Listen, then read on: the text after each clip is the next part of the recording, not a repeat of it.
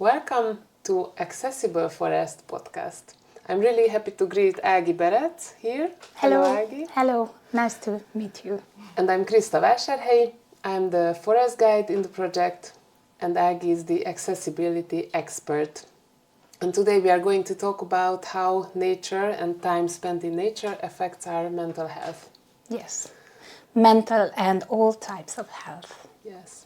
So Ági, please tell us a few sentences about you. What do you do? What is your connection to the topic, to the forest, to mental health? Yeah, so I have been working with people and very much related to sustainability and also being outdoors for almost 20 years. And lately I spent quite a lot of time in forest bathings and also bringing out to people to, let's say, nature, but we can also speak about how this is weird to make a difference between indoors and outdoors or people and nature, but let's say helping people to find their way back to nature. So two things just to mention I'm doing. One is a project supporting mothers to find their way back to their nature and to Mother Nature. Through different ways. And the other thing I'm also researching as a PhD student, I'm researching nature-based learning, all kinds of learning. What is the effect on learners, and especially adult learners? So you have a lot of different experiences with natural activities and walks guided in nature. So you participated in several walks in our project in 2024. Please share some experiences about these special walks with this specific target group. So we were working with people with fewer opportunities, so maybe it was different what you experienced with them. Just share some it was memories. different. It was different. I did some walks previously with people who are kind of not too new to forest bathing, and also people who are not too new to different types of activities outdoors. So as opposed to that, this time my first walk within the project was with teenagers. We went out to a little wood area near Egyesület, and we work with students about 12 or 13, 14 yes. years old. So it was very different because they were eager to do something outside of school, but not so much interested, let's say, in being in the forest. And also there was this amazing and very typical group pressure, like wanting to be cool and not really wanting to do what I'm told to do, and appearing cool to the others in the class. So there were a few factors which made it a bit challenging to just lead the walk for them. And the other walks? And the other walks... in a totally different part of the country? Yes, in different parts of the country with a bit more homogeneous group, which were single moms. So to me, that's a particular target group or group of people I used to work with, and especially moms and also single moms. And these groups were moms who live in state homes, like temporary homes, so they really faced with many different life challenges, and I think they really appreciated not only being outside and being allowed to just be and not having to either work or do like home care or any type of child care work, and also they were really grateful for being able to just participate somewhere, and also like being gifted when we invited them for the picnic. So like just being a guest, they expressed this many times, just being there and being offered food and drinks and not. So I think for them it was a very weird situation that they don't need to perform or don't need to do anything. Yes. Yeah. Okay, and also we had the third group of people, clients of the Maltese Charity Service. Yes, which were also mainly moms and women. Yes. I mean, women of all age, so some of them younger. what did you experience during these walks? How did nature affect these people? Can you tell one or two examples? Yes, so there were a few really memorable moments and people. And of course, these are people that we only met once. So there was one woman who just casually said, this was my first time in the forest. And that was really like mind-blowing, that there is this person who is an adult and never been to a forest, which was not really a real forest. I think it was one of those... Botanical garden. Yeah, the botanic garden. And I think there was this kind of naivety or this kind of childlike curiosity about in her eyes, you know, like, wow, so we can... And that was the place where we set up this little magic wood area where they could walk through thinking... And it was a swamp area, some kind of special swamp that even just a few weeks earlier was not accessible. But then the soil was somewhat drier, and they could enter, and we set up this little magic walk where they could... The instruction was that they can just walk through the edge or some kind of line, and just imagine that you are a hero of any fairy tale that you would like to be, and just look around and perceive the woods and the trees and the forest. And so I really remember this walk as they exited, and we were greeting them at the end of this little magic walk. How I could see in their eyes this curiosity, this feeling of going back to childhood and really feeling like, oh yeah, I could be a hero or a heroine here. Mm-hmm. And also I remember those young women coming with a baby. And at the end of this walk, there was this lake and the island on a lake where we could cross a bridge and like just spend the last part of the walk there. And I remember two of the women brought their little babies, and I remember that they said at the end of the picnic that for the whole time they were really stressed that their kids could not behave well. But we didn't perceive that. So, and we really saw those kids being really relaxed because of just being in the forest. And yeah, I just really remember that when they heard this, their look of like, oh yeah, maybe it's okay, maybe I'm okay. And yeah, so I'm just thinking back of other examples. There was another walk in Budapest in an urban... It's not really a park, it's really like an urban forest. Yeah. And there was this invitation for them to, maybe you remember well, there was this invitation for them to look for symbols and say what symbolizes. Yeah, they were looking for little objects, yeah, which represent their resources. The resources, yeah. And the little objects could be natural objects. Yeah. So most of them collected, different kind of plants. But most of them said that their resources were their children. And they explained, like in a very tangible way, like how this leaf reminds me to my child. And that was really an emotional moment for me, like really seeing these women for maybe the first time, thinking about their children not as an obstacle, because obviously in one way it is an obstacle for them being a mom and having to work and provide for their family on their own because they were all single moms. But in a different way, they were also resources, and they could really come up with beautiful metaphors on how. Yes, yes. So I also experienced that nature was very much touching for them. Mm-hmm. And even if they couldn't maybe speak out the effects or how the symbols worked or how this symbolic connection worked out, they had very beautiful gestures and some really nice time with relaxation and no stress at all. Yeah. So it was, I had the same experience. Okay, but if someone doesn't really know why it is so good, so maybe someone is listening to this podcast with no idea, like, okay, why to go to nature? This is okay. We can say a lot of obstacles by why people don't go to nature. So, tell us, please, about the effects of nature on our health. Yeah. So in one way, this is very natural that nature has a positive effect on us. And I think the main reason for that is because we are nature.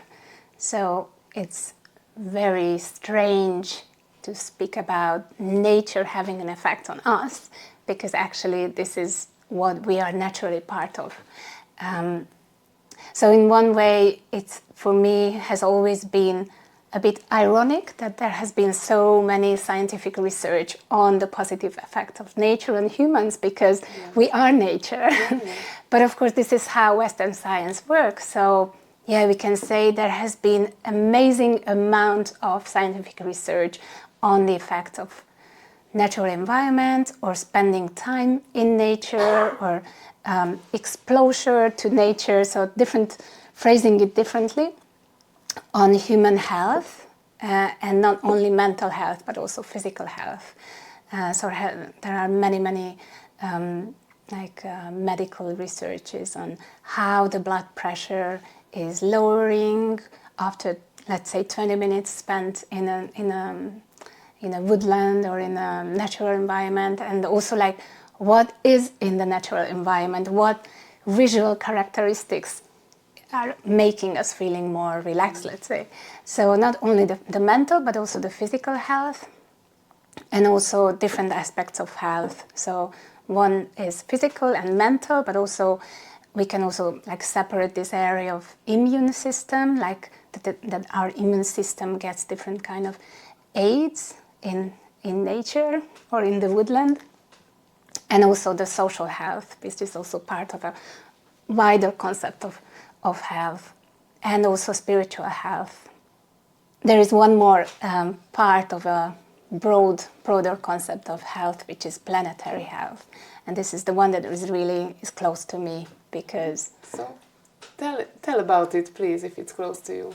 Yeah. So just because also there are a few criticisms against forest bathing and different kind of mindfulness activities outdoors, and the main criticism is that it's kind of the same mindset of using nature in order to improve our health, physical or mental health, and I think I see the point in that, and also I think it's very important for any kind of walk, just to bring this idea in that it's there is reciprocity between human and the larger nature, and it's not only that we are receiving something, but we also give something back.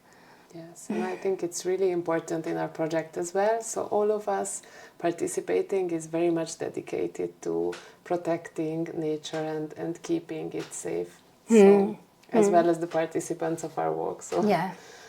Okay. So what is the difference between just being in a natural surrounding and being in a natural surrounding with the purpose of being there, immersing in the forest or in any kind of natural environment? So what's the difference between the effect on us? Yeah, so there are, I think, effects mainly on a physical level that are the same. So like I said, this blood pressure, the lowering the blood pressure, or the cardiovascular system, all sorts of improvements, and also the immune system. So there are all these kind of very much medical, or let's say even biological factors, like the microorganisms that live in the soil, and by inhaling that improves different.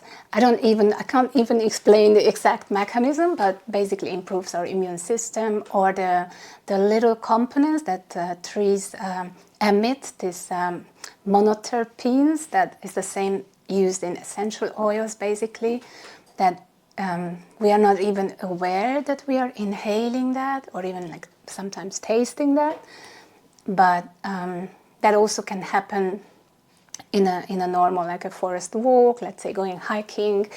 And in some woodlands, these components, for example, are in a higher density than in others.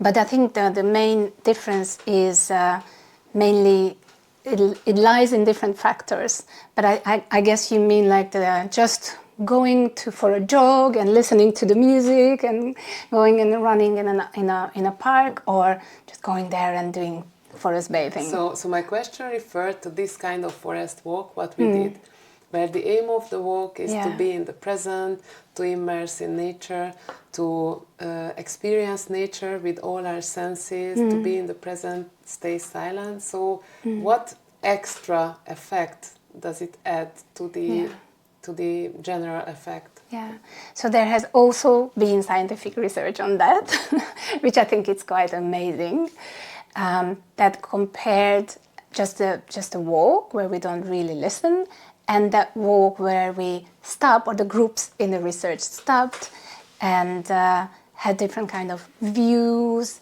to contemplate on, or this kind of conscious like time for inner reflection. So one of these components, like you said, is the sensory contact, that we are not only like just walking through, but also we had time to sit down and to bring our attention to the different senses, bring our attention to the smell, to the view, to the auditory sense, so like what are the noises that we hear, and even the taste and smelling and touching different plants. So the sensory touch, sensory connection is a big part of that. And also like this reflection is also part of that, and also reflecting on what do I love in this scenery, what do I really observe here, how can I relate to that emotionally, and also reflecting on what this being here makes me feel, how does it make me feel, and what does it remind me of. So it definitely strengthens and deepens the connections when we focus on the connection itself, rather than maybe only the view or the conversation we are having. So yeah, talking about theories, but to bring it a bit back to life.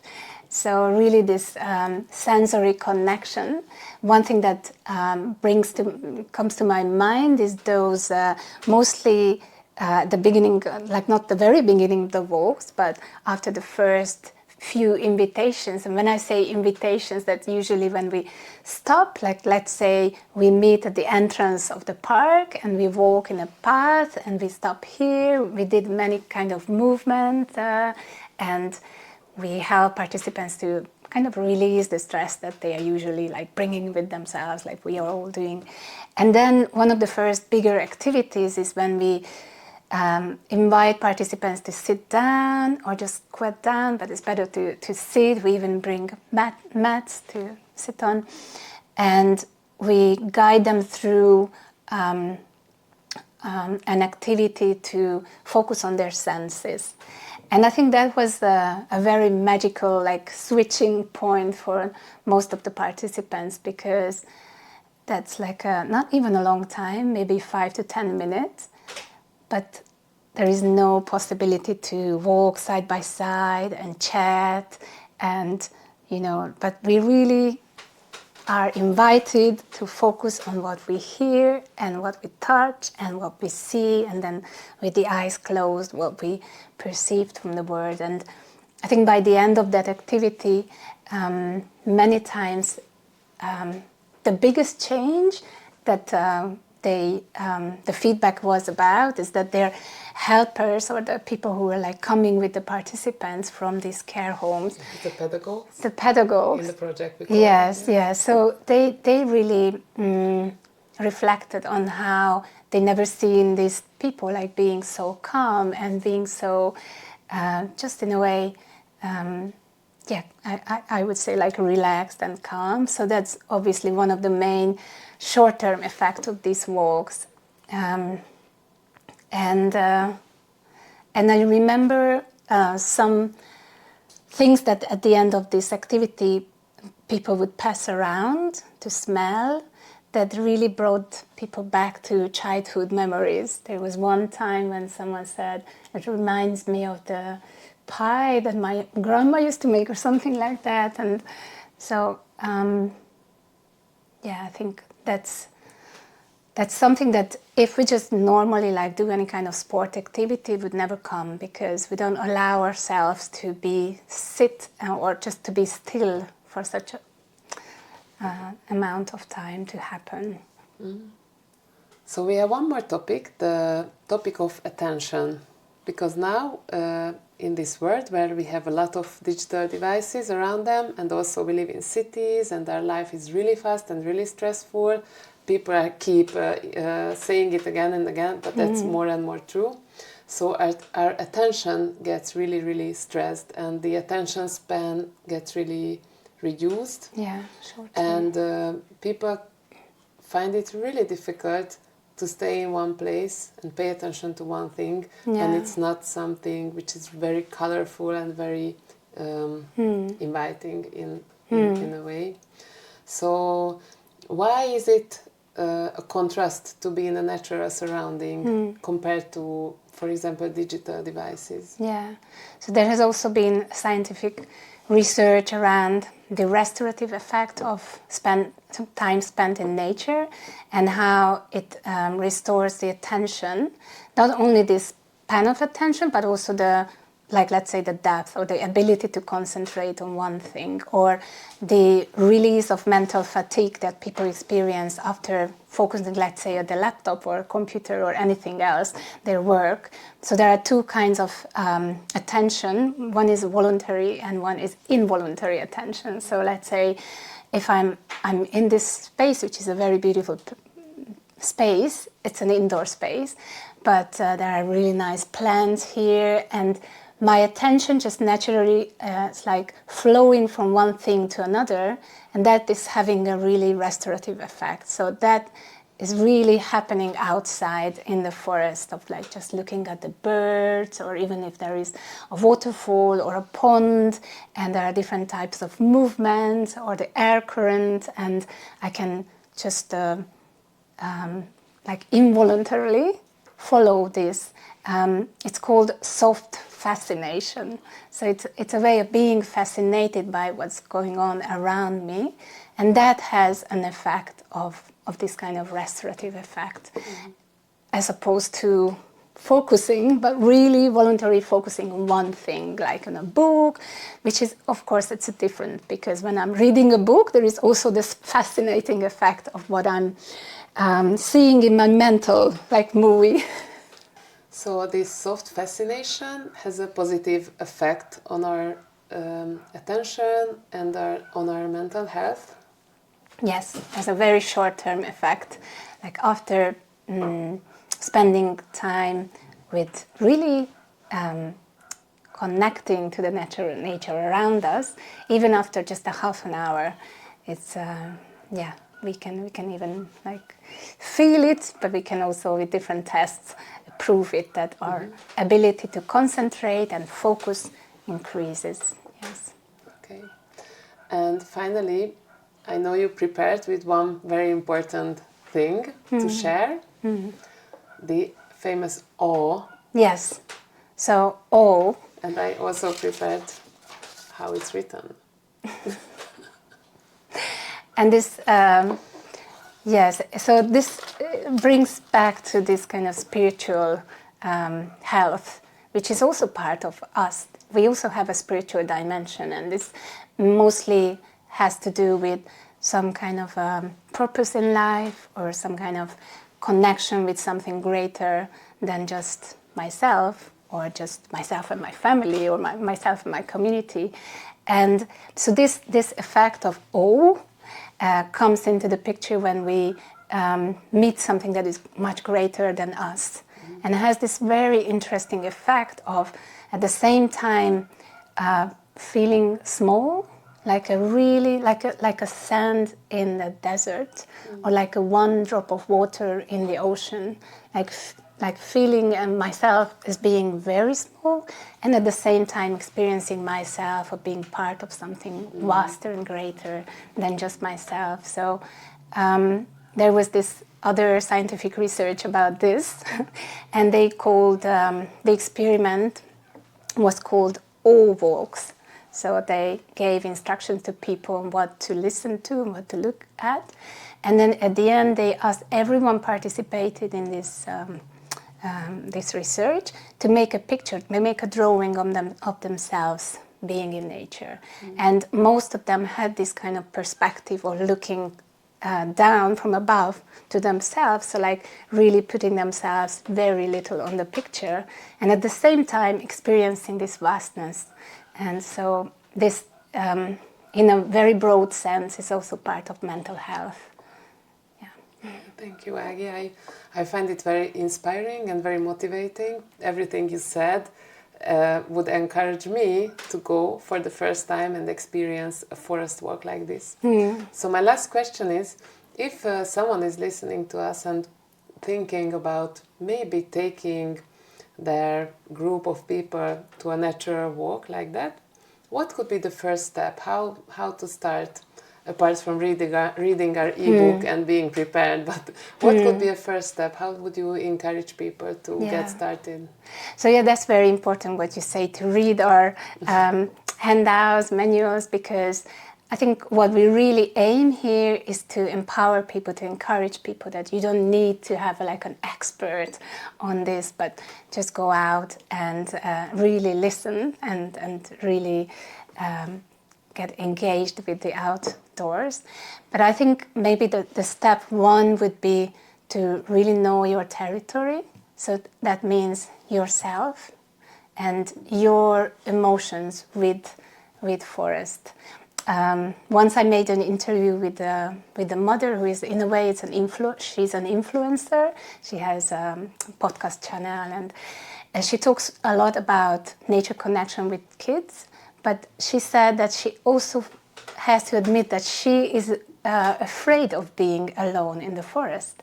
And that's a very important thing for her to acknowledge that. So I think to know ourselves and where are our boundaries, it's important. And also to know the territory where you are going. So ideally know where you are leading a group, and it doesn't only mean that you have been there, but also means that you have been there several times and you know how this place looks like on a Tuesday morning, not only on a Saturday afternoon. So know, and also go there right before the walk, because sometimes, you know, I experience bringing people in a place which used to be very quiet, but on that particular day there were school groups. We also encountered that in the project. Yes. So I think that would be the main preparation, and prepare yourself in a way to, maybe when the group arrives, it's not the most important thing to look at your notes and know exactly what you're going to do. That's also, but also like to have this kind of little time to adjust yourself, what you're going to do. So I think that would be. Thank you very much for all the things you shared with us. And thank you everyone for listening. Thank you.